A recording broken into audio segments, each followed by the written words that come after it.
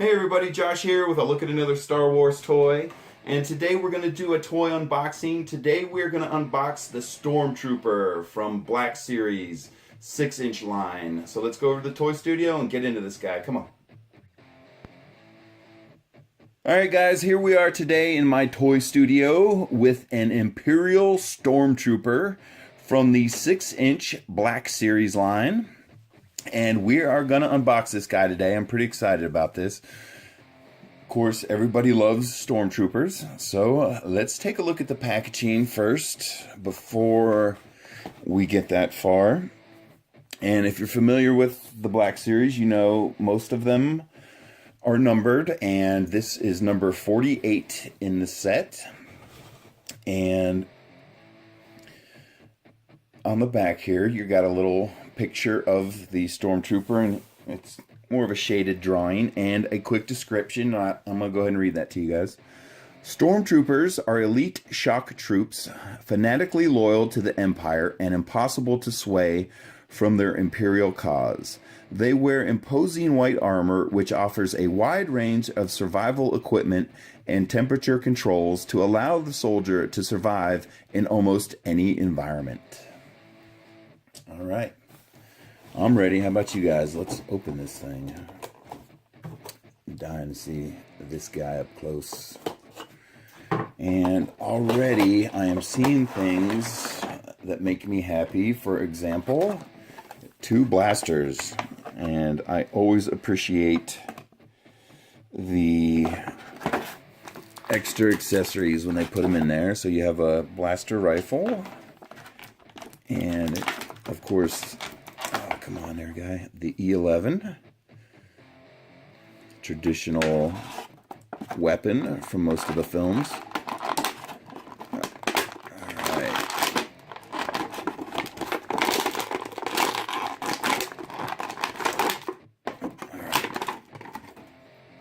Okay. Oh, very nice. I didn't see that in the packaging. Okay. So real quickly here, let's take a look at him. Very nice, very detailed armor. Very impressed already. And as you can see, he has the holster. And I gotta try it. I can't wait. Let's see here. Oh yeah. And if you're familiar with my videos, you know this is one of the things I love when they put a working holster on. And I'd be really impressed if a grappling hook came out of that thing in the back. But very cool. Very cool figure. I already love it. Alright, so let's run through his movements real quick here. So you have head movement up and down. And, uh-oh, it does not appear he goes side to side at all. That's interesting. Oh, no, there we go. Okay. I was starting to get worried there. Sometimes you're going to find when you take one of these guys out of the box, some of the articulation points may be a little stiff. And that was a good example of that. It did not move at all. I gave it a little bit of pressure and it popped loose. But there you go. Up and down and side to side. And then let's look at his arm movements here. So you do have the round and round. But that is the extent of moving his arm up. And this is due to the armor. And what's going on here is you have this piece of plate armor on his shoulder, and when you raise his arm up, it hits his shoulder. So that is the extent of his raising his arm from the side. And it's just because the armor is hitting right here at his shoulder. So just be aware of that if you decide to purchase one of these guys. So to compensate for that, it looks like they put... Okay, well, his articulation point for the rotation of his arms at a little bit different spot. It's up here at right under his shoulder. And you can see his arm rotates. And I think they might have done that because of the armor as well. And then you have elbow movement up and down. And you can rotate his arm as well. But again, it's up here under the armor. And then you have wrist movement where he rotates. And you should have up and down movement here. Yep.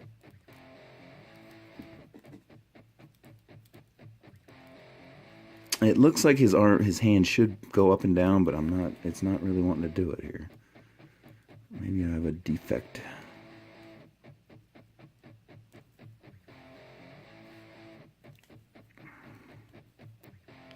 It appears, if you look very closely, that there's a point where it should bend, but it's not doing it. And I'm wondering if that's due to the armor, but I don't think so, because I don't really see it hit it. I can feel it. You can't really see it on camera, but his hand is moving up and down, and there just isn't a lot of movement. And I think it's because it's hitting the armor on his forearm. But you got to expect that whenever you get an armored character. Even in the 3 3/4 inch, they do that. It's a common problem. So looking at his chest here, so if you look, the point of articulation is right under the armor here. And so you can turn him. And those aren't clicks, that's just the figure being stiff and kind of the plastic catching a little bit. So you can rotate him, and he does have minimal bending movement, again, due to the armor hitting. And so then when we look at his leg here, yeah, this guy's got very, very limited movement due to the armor. So his legs should swing forward and should swing back. And here it's easier to see on this other leg here because it's not covered up by the holster. But when you swing his leg back, you can see right here it's hitting this armor on his back. And so going backwards, that's as far as you got. And then going forward, that's as far as you got because the armor hits up here at this point. And then you can rotate his leg as well. And again, that's limited because of the armor. Most of them, you should be able to turn him 360, and that's as far as he goes because the armor starts to hit, and he does not like that. And then looking at his knee here, so you got knee joint. And then you have the ankle joint as well. And it should... Some of them rotate, but there we go. So you can get the foot to rotate as well. There we go. Okay, so... And then real quick, I just want to look at the position that they put their hands in. Because sometimes they do them exactly the same, and sometimes they do them a little bit different. And he's a little bit different, so... If you look at his right hand here, you can see he actually has a trigger finger out. And that is some attention to detail I can really appreciate in these Black Series figures, because they're doing that for a reason. And when you put the blaster in his hand, his finger is going to line up with the trigger guard, and it looks really cool. And then if you look on his other hand, you can see it's out a little bit, but not nearly as much as this hand here. So you can kind of see the difference in the fingers, how they're sticking out a little bit. On that finger, that hand sticks out a little more than this hand. So, and again, I'll show you the reasoning for that. So when you put the blaster in his hand, come on, guy, it's a little tight. You can see here very nicely and it's hard because his gloves are black and the gun is black, but you can see his trigger finger lines up with the trigger guard very nicely, and it looks very nice. So that's why they call them the Black Series guys, and that's why they charge a lot for them, because they paid a lot of attention to detail on these things. And as a collector, I really appreciate that. But let's take a closer look at his blaster rifle here, and I'm going to let him hold it because his hands are a lot smaller than mine. And there you go. You can see the whole thing here. Trying to get this camera to focus on this little tiny object. There we go. And then, of course, you have... Oops. I'm sitting here looking for it on the table, and it's in his holster. And... Well, it actually appears like he's got a thing in his back for a backpack, but I don't have a backpack, so I don't know what that's totally for here. But... Like I said, one of my favorite features, I love when they do this with figures, and So far, what I found, almost every Black Series figure that has a blaster comes with a working holster, and I just think that's really cool. So there you go. You can see it, and it's just a hollowed out tube, basically. And what you're going to want to do here is you just slide it in, and you can see they have a little cutout here, and it's because it's all black. It's a little hard to see, and I apologize for that. I'm lighting this thing up as much as I can. I got a lot of lights pointing at this thing. But you can see there's a little cutout here, and what that's for is there's a little clip that sticks out here. You see this part sticking out, and there you can see the blaster, the E11, both sides. And so you can see the clip only sticks out on one side.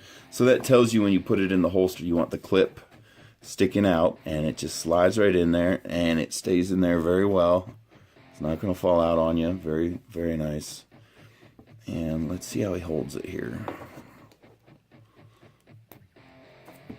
Very cool. And again, I just love that, how they got the fingers to line up on the trigger guard. Very cool.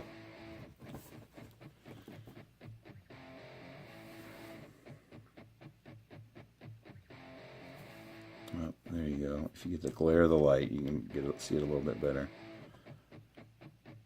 Very nice. And let's holster this bad boy back up. Alright, and we're going to put his rifle back in here. And then if you're really good at this, you should be able to get his other hand to hold the bottom of the rifle, but it doesn't really. Sorry guys, I feel like I'm wrestling this guy on camera. Come on, do what I want you to do. Okay, he's not really grabbing it, but you get the idea. You want to put the other hand so it gives the appearance that he's holding the rifle with two hands. Very cool. Okay.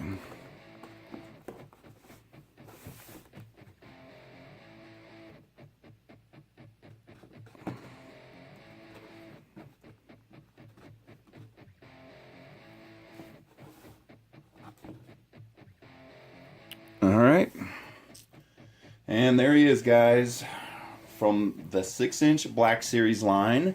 This is an Imperial Stormtrooper, and thanks for watching, everyone. I really appreciate it. Bye.